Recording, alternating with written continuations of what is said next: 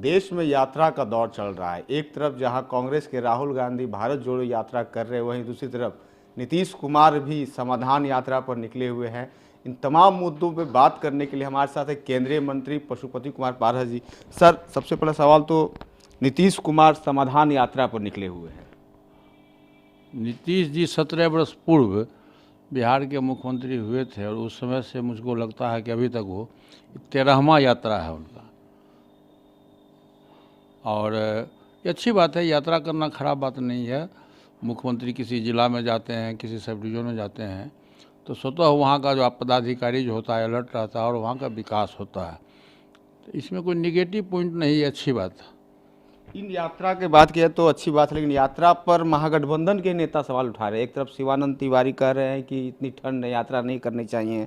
जैसे हम के जो अध्यक्ष हैं जीतन राम मांझी, उनका कहना है कि नीतीश कुमार को यात्रा से जाने से पहले जनता से उनका रुख नापना चाहिए। उधर सुधाकर सिंह नीतीश कुमार पर लगातार हमलावर हैं। ये आपको क्या लगता है कि जो सरकार है, ये जो महागठबंधन है, ये क्या अस्थाई है क्या?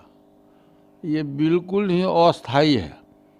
इसमें 7 पार्टी का गठबंधन है और सातों का रास्ता अलग अलग है, चाहे जीतन राम मांझी हों, चाहे कांग्रेस के लोग हों, या जनता दल यू के लोग हों, या आरजेडी के लोग हैं।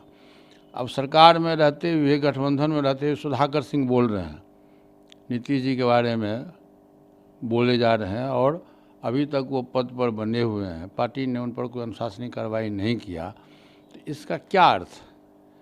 तो ये मिली-जुली सरकार है और मिली-जुली कम इन लोगों का जो जीतन राम मांझी कुछ बोलते हैं या शिवानंद तिवारी जी कुछ बोलते हैं, तो इसीलिए ये हमारे हिसाब से ये गठबंधन जो है बिल्कुल नहीं अस्थाई है। क्या लगता है गठबंधन टूट जाएगी? मैं ये तो घोषणा नहीं करूंगा कि टूट जाएगी या क्या रहेगा, लेकिन गठबंधन में आपस में मेल मिलाप नहीं है, उससे लॉ एंड ऑर्डर पर बुरा असर पड़ता है। अब जैसे लॉ एंड ऑर्डर में मामला है कि जैसे मान लीजिए बिहार में शराबबंदी है, तो शराबबंदी है तो उसमें से इनके गठबंधन के भी बहुत लोग कहते हैं कि ये गलत है, जैसे जीतन राम मांझी कहते हैं गलत है, हम लोग कहते हैं तो हम लोग विपक्ष में हैं, लेकिन उनके गठबंधन के जो मित्र हैं वो भी कहते हैं कि ये गलत है। और नतीजा ये होता है कि पूरा प्रशासन शराबबंदी में लगा हुआ, और अभी देखिए तो पूरा प्रशासन मुख्यमंत्री के यात्रा में लगा हुआ, तो बिहार का क्या होगा, बिहार की जनता का क्या होगा? ये सोचने वाली बात है कि एक खेमा शराबबंदी पर लगा हुआ, एक खेमा मुख्यमंत्री के आगत भागत में लगा हुआ, तो बिहार में विकास नाम की कोई चीज़ नहीं है और लॉ एंड ऑर्डर विकास बिहार का चरमरा गया।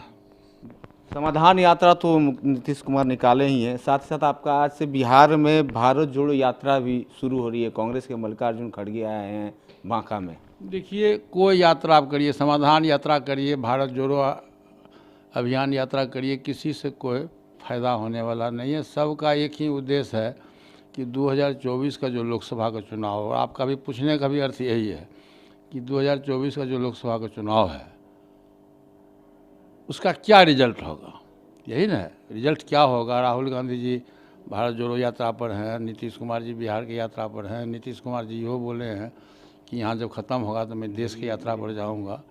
तो आप देश की यात्रा पर जाइए, राहुल गांधी यात्रा, उससे कोई फ़ायदा होने वाला नहीं। मैं बार बार कहता हूँ कि 2024 में जो लोकसभा का चुनाव है, नरेंद्र मोदी जी के नेतृत्व में चुनाव होगा, एनडीए के नेतृत्व में चुनाव होगा, और प्रधानमंत्री पद का इस देश में 24 में कम से कम वैकेंसी नहीं है। 24 में वैकेंसी नहीं। एक और बार बार बिहार सरकार आरोप लगा रही है कि केंद्र सरकार जो है वो बिहार को मदद नहीं कर रही है खाद को लेकर। खाद की बहुत किल्लत है बिहार में। ऐसी कोई बात नहीं है। केंद्र का जो कोटा था, केंद्र ने जो बिहार सरकार को जितना दिया है, मैं उस दिन सुन रहा था कि जो भारत सरकार के जो कैबिनेट मिनिस्टर, उन्होंने कहा कि जितना मिलना चाहिए मैं बिहार सरकार को दिया हूँ। अब बिहार सरकार क्यों रोना रो रही है ये तो मुझको पता नहीं है, लेकिन भारत सरकार अपने हिसाब से बिहार को पूरा कोटा दिया। बार बार जो बिहार सरकार का तमाम मंत्री, कल कृषि मंत्री ने भी कहा कि खाद की जो आपूर्ति हमें होती थी वो नहीं हो रही है, और भी लोग कह रहे हैं। क्या आप केंद्र को बदनाम करने की साजिश? नहीं, अपनी विफलता को छिपाने के लिए बोल रहे हैं। केंद्र बदनाम क्यों होगा? केंद्र तो देखिए कि दिल खोल के काम कर रहा है। आज देखिए 1 नेशन 1 कार्ड की बात आप लीजिए, तो अभी 31 दिसंबर 2023 तक बढ़ा दिया गया, पूरे देश के लोगों को बढ़ा दिया गया। विकास का काम तो हो ही रहा। बिहार सरकार यदि विकास नहीं करेगा तो उसमें केंद्र क्या करेगा? तो बिहार सरकार अगर विकास नहीं करेगी तो केंद्र क्या करेगा? खाद की कहीं से कमी नहीं है। केंद्र सरकार जो बिहार का कोटा वो पूरा कर चुकी है, और साथ ही साथ जो समाधान यात्रा पर नीतीश कुमार निकले हैं, चाहे वो राहुल गांधी की भारत जोड़ो यात्रा से कोई फल नहीं मिलने वाला। 2024 में कोई सीट प्रधानमंत्री का पद का खाली नहीं है। नरेंद्र मोदी एक बार पुनः प्रधानमंत्री बनेंगे, ये कहना था केंद्रीय मंत्री पशुपति कुमार पारस का। वीडियो जर्नलिस्ट सुनील के साथ दिवाकर तिवारी, कशिश न्यूज, पटना।